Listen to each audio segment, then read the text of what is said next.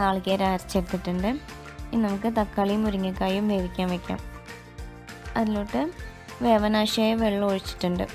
1/4 teaspoon മഞ്ഞൾപ്പൊടി കൂടി ചേർക്കുന്നുണ്ട്.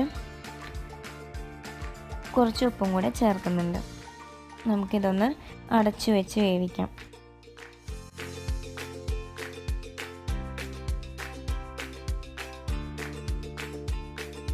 അപ്പോൾ ഇത് പകുതി വേവായിട്ടുണ്ട്. ഞാൻ ഇതിലോട്ട് 1/2 ടീസ്പൂൺ മുളക് പൊടി കൂടെ ചേർക്കുന്നുണ്ട്. ഇത് എരിവുള്ള മുളക് പൊടിയാണ്, കാശ്മീരി മുളക് പൊടിയല്ല.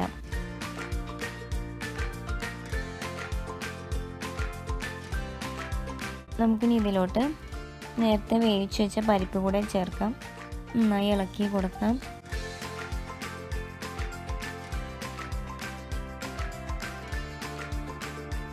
അരച്ചു വെച്ച തേങ്ങ കൂടെ ചേർക്കുന്നുണ്ട്.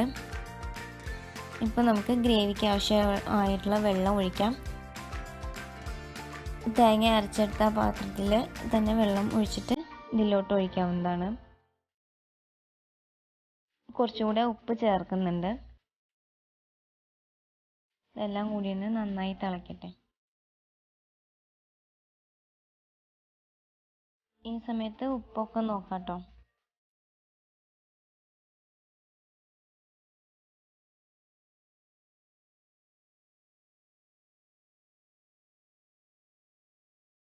അപ്പോൾ നമ്മളുടെ കറി വെന്ത് വന്നിട്ടുണ്ട്. നമുക്കിനി സ്റ്റൗ ഓഫ് ചെയ്യാം. ഇതിലോട്ട് താളിക്കാനായിട്ടുള്ളത് നോക്കാം. അതിനായിട്ട് ഞാൻ എടുത്തിരിക്കുന്നത് ഒരു പകുതി സവോള, 5 ചുവന്നുള്ളി, 5 വെളുത്തുള്ളി എടുത്തിട്ടുണ്ട്.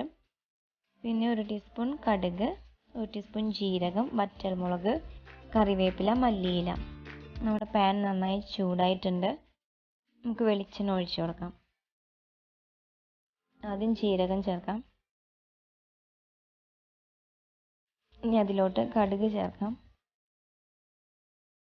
കടുക് പൊട്ടി വന്നിട്ടുണ്ട്. വറ്റൽമുളക്, കറിവേപ്പില. നമുക്ക് അരിഞ്ഞു വെച്ചിരിക്കുന്ന സവോളയും ഉള്ളിയൊക്കെ കൂടി ചേർത്തിട്ടൊന്ന് നന്നായി വഴറ്റിയെടുക്കാം.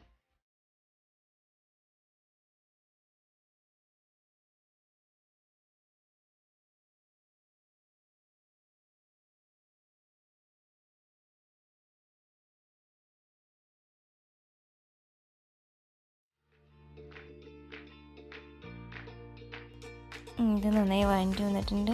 ഇത്ര മതി. നമുക്കിനി ഇത് കറിയിലോട്ട് ചേർക്കാം. ഒന്ന് ഇളക്കി കൊടുക്കാം.